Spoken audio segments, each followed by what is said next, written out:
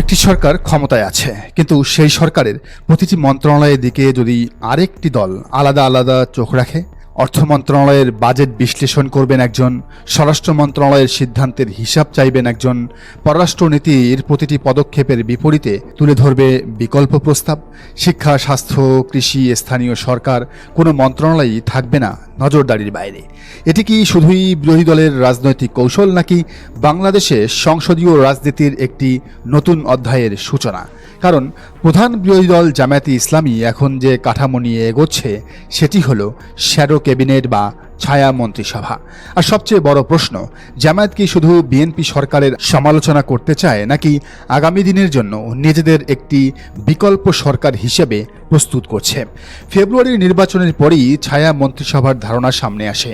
জামায়াতের আমির ও বিরোধী দলীয় নেতা ডাক্তার শফিকুর রহমানও ঘোষণা দিয়েছিলেন, সরকারের সিদ্ধান্ত কঠোরভাবে পর্যবেক্ষণ, চ্যালেঞ্জ এবং জনগণের স্বার্থে বিকল্প নীতি উপস্থাপনের জন্য এমন একটি কাঠামো গড়ে তোলা হবে।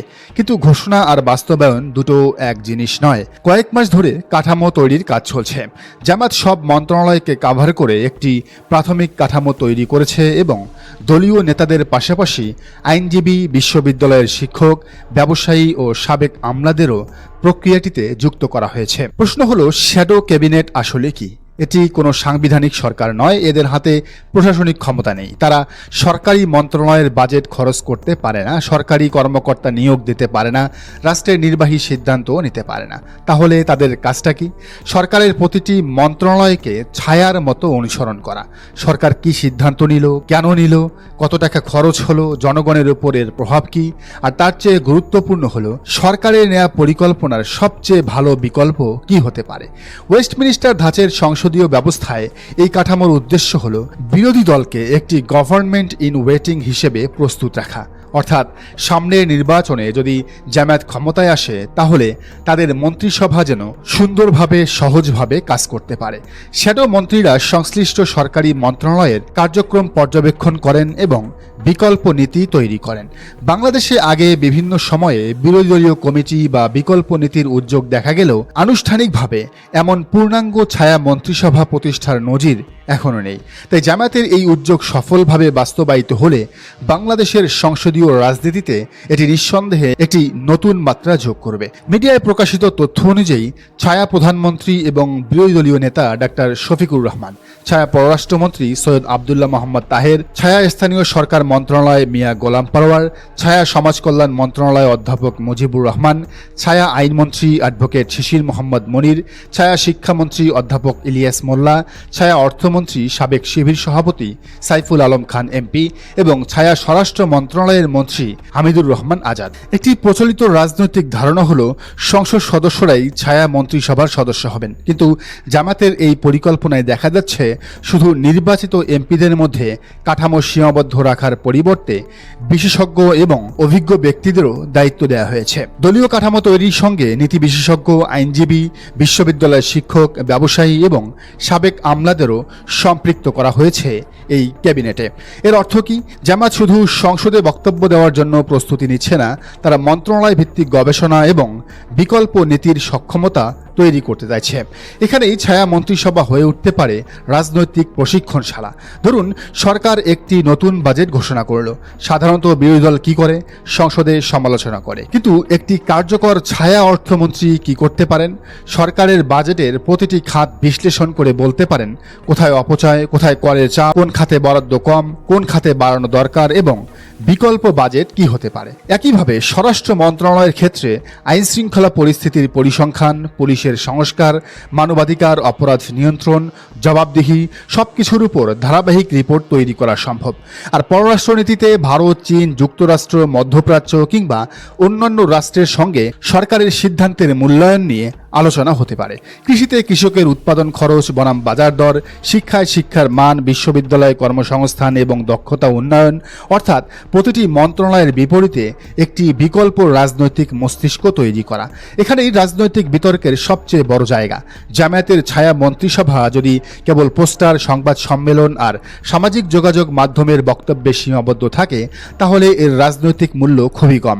কিন্তু তারা যদি নিয়মিত তথ্য সংগ্রহ করে, বাজেট বিশ্লেষণ করে, সংসদে প্রশ্ন তোলে, বিকল্প নীতি দেয় এবং জনগণের সামনে প্রমাণসহ সরকারের ভুল তুলে ধরে, তাহলে পরিস্থিতি একেবারেই ভিন্ন হতে পারে। কারণ তখন বিএনপি সরকারকে শুধু বিএনপির বিরোধিতা করা একটি দল মোকাবেলা করতে হবে না, তাদের মোকাবেলা করতে হবে একটি সংগঠিত মন্ত্রণালয় ভিত্তিক এবং নীতি নির্ভর বিরোধী কাঠামোকে। আর এখানেই আগামী 5 বছরের রাজনৈতিক প্রতিযোগিতার আসল লড়াই। প্রথম চ্যালেঞ্জ তথ্য। সরকারের মন্ত্রণালয়ের প্রয়োজনীয় তথ্য যদি ছায়ামন্ত্রীরা সময় মতো না পান, তাহলে গভীর বিশ্লেষণ কঠিন হবে। দ্বিতীয় চ্যালেঞ্জ দক্ষতা। রাজনৈতিক বক্তব্য আর নীতি নির্ধারণী গবেষণা এক জিনিস নয়। তৃতীয় চ্যালেঞ্জ নিরপেক্ষতা। সরকারের প্রতিটি সিদ্ধান্তের বিরোধিতা করলেই শক্তিশালী বিরোধী দল হওয়া যায় না। যে সিদ্ধান্ত ভালো সেটি ভালো বলতে হবে, যেটি ভুল সেটির যুক্তিসঙ্গত সমালোচনা করতে হবে। কারণ ছায়া মন্ত্রিসভার সবচেয়ে বড় পরীক্ষা হবে তারা কি কেবল বিরোধিতা করবে নাকি সত্যি বিকল্প দেবে। এখন নিশ্চিতভাবেই বিএনপি ও তাদের মিত্রদের পক্ষ থেকে নানা প্রশ্ন উঠতেই পারে, সমালোচনাও হতে পারে, হাসি ঠাট্টা হতে পারে।